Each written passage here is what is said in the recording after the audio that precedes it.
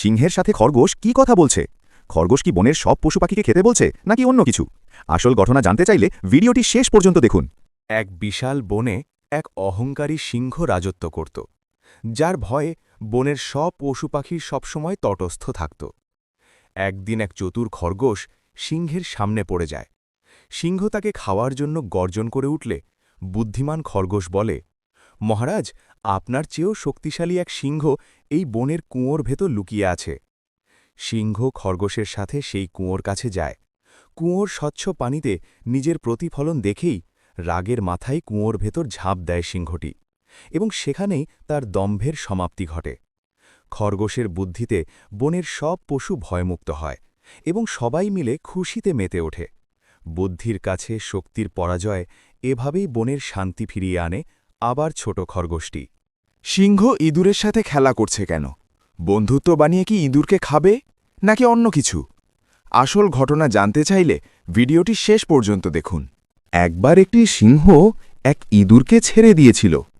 কিছুদিন পর সিংহটি এক শিকারীর জালে আটকে পড়ল। তখন সেই ছোট্ট ইঁদুরটি তার দাঁত দিয়ে জাল কেটে সিংহকে উদ্ধার করল। সিংহ বুঝতে পারল, ছোট হলেও কেউ বড় উপকারে আসতে পারে। এতগুলা পিঁপড়া এখানে কি করতেছে? আসল ঘটনা জানতে চাইলে ভিডিওটি শেষ পর্যন্ত দেখুন। এক দেশে ছিল একদল লাল পিঁপড়ে।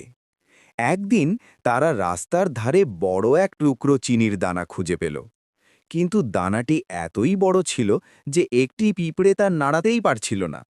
সে তখন তার সব বন্ধুদের ডেকে বলল, আমি একটা চিনির দানা পেয়েছি, চলো সবাই নিয়ে আসি।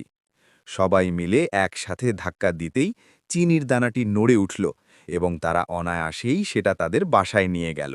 সবাই মিলে একসাথে কাজ করলে সফল হওয়া যায়। এই জলপরীর হাতে কুঠাল কেন? জলপরী কি লোকটিকে মারবে নাকি অন্য কিছু? আসল ঘটনা জানতে চাইলে ভিডিওটি শেষ পর্যন্ত দেখুন।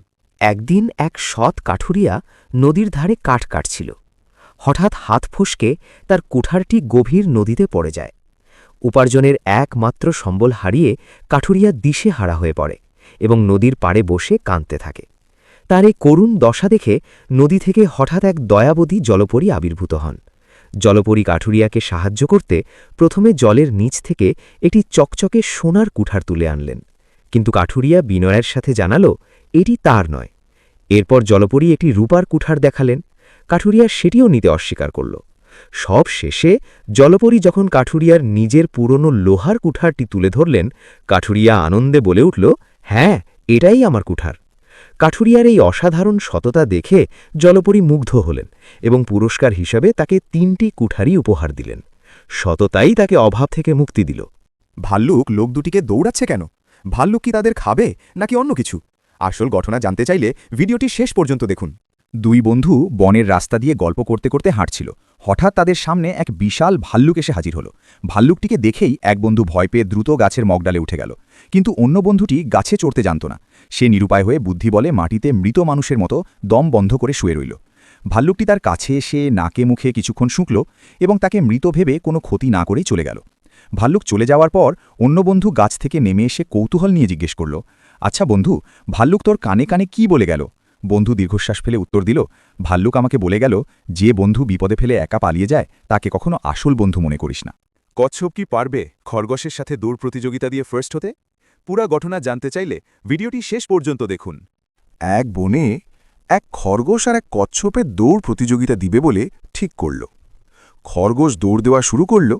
পরে খরগোশ ভাবল, কচ্ছপ তো খুব ধীর গতির, তাই সে বনের মাঝে এক গাছের নিচে ঘুমিয়ে পড়ল। কিন্তু কচ্ছপ থামল না, সে ধীরে ধীরে তার গন্তব্যে পৌঁছে গেল। খরগোশ যখন ঘুম থেকে জাগল, দেখল কচ্ছপ ততক্ষণে জিতে গেছে। খরগোশ এ থেকে শিক্ষা পেল, কাউকে ছোট করে দেখতে নেই। ভিডিওটি ভালো লাগলে লাইক সাবস্ক্রাইব করে বেল আইকনটি বাজিয়ে রেখে আমাদের সাথে থাকুন।